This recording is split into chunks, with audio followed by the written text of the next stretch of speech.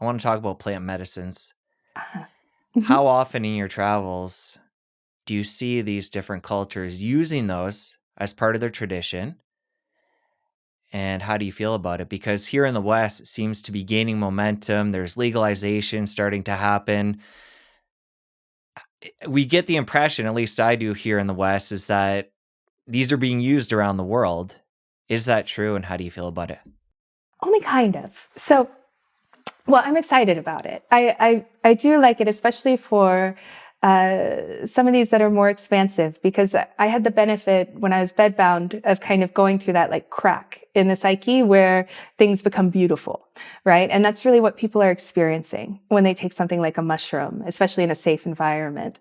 They go through a really beautiful experience. They kind of see the magic of life again, which can be lost in adulthood and in stress and all of that. So in that way, I love it. I would like less legal restrictions on all of these things, really, anything that's not highly addictive.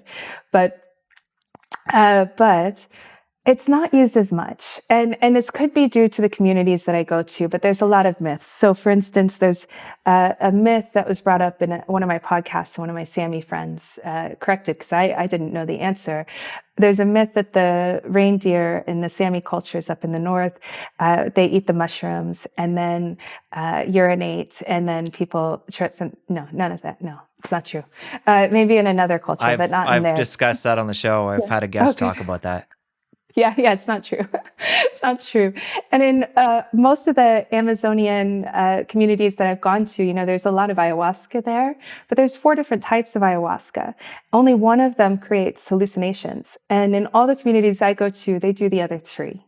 There are a couple exceptions. The other 3 are more medicinal, and they don't have the altered state. There are a couple exceptions. There's usually a shaman who is a real healer. Like if you get a snake bite, they can fix it. This isn't woo-woo. This is like they're very knowledgeable with the plants and what to do. And they will sometimes use them for guidance. Not necessarily for a specific illness, but like to guide the community. So, but they're taught how to handle those and how to use them. And it's sacred. It's very sacred. It's not for entertainment. That would be the biggest difference. Now, where I did go, where it was used a lot, was in the Mayan jungles. A lot of peyote. It's very sacred to the Toltecs and to the Mayans, and really beautiful when you know all the meanings behind it. But it's a very different thing, the way I see tourists come and do it, and digital nomads go and do it, and that kind of thing, to how it's done in the traditional cultures. The traditional cultures have the amount of reverence and respect and gratitude that they exude in every action, even before using one of these substances, is awe-inspiring. Is awe-inspiring. And then you bring that in, and it's a thing that they do together or for character building. So at least that's my assessment. That's my assessment, because with the peyote that's done in the Mayan jungles, the peyote it makes you tired, right? But the whole thing is held all night, for the whole night, and you have to stay up. And the idea is that you're supposed to give your gratitude to the fire, right? So you're supposed to sing if you sing, or dance, or these things, whereas your inclination would be to lay down and rest and kind of meditate and enjoy, and that's not the purpose.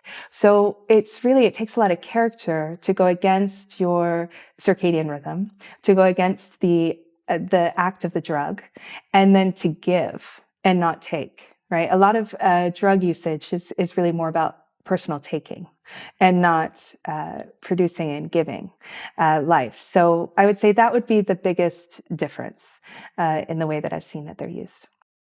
If you enjoyed that clip, press here for the full episode. I'll see you over there. What the Blue Zone is selling fits with the narrative of what we've heard really since the food pyramid, and promotes that further. We tend to be like, okay, I'm going to have this organ and nothing else. That's not the ancestral way. The ancestral way would be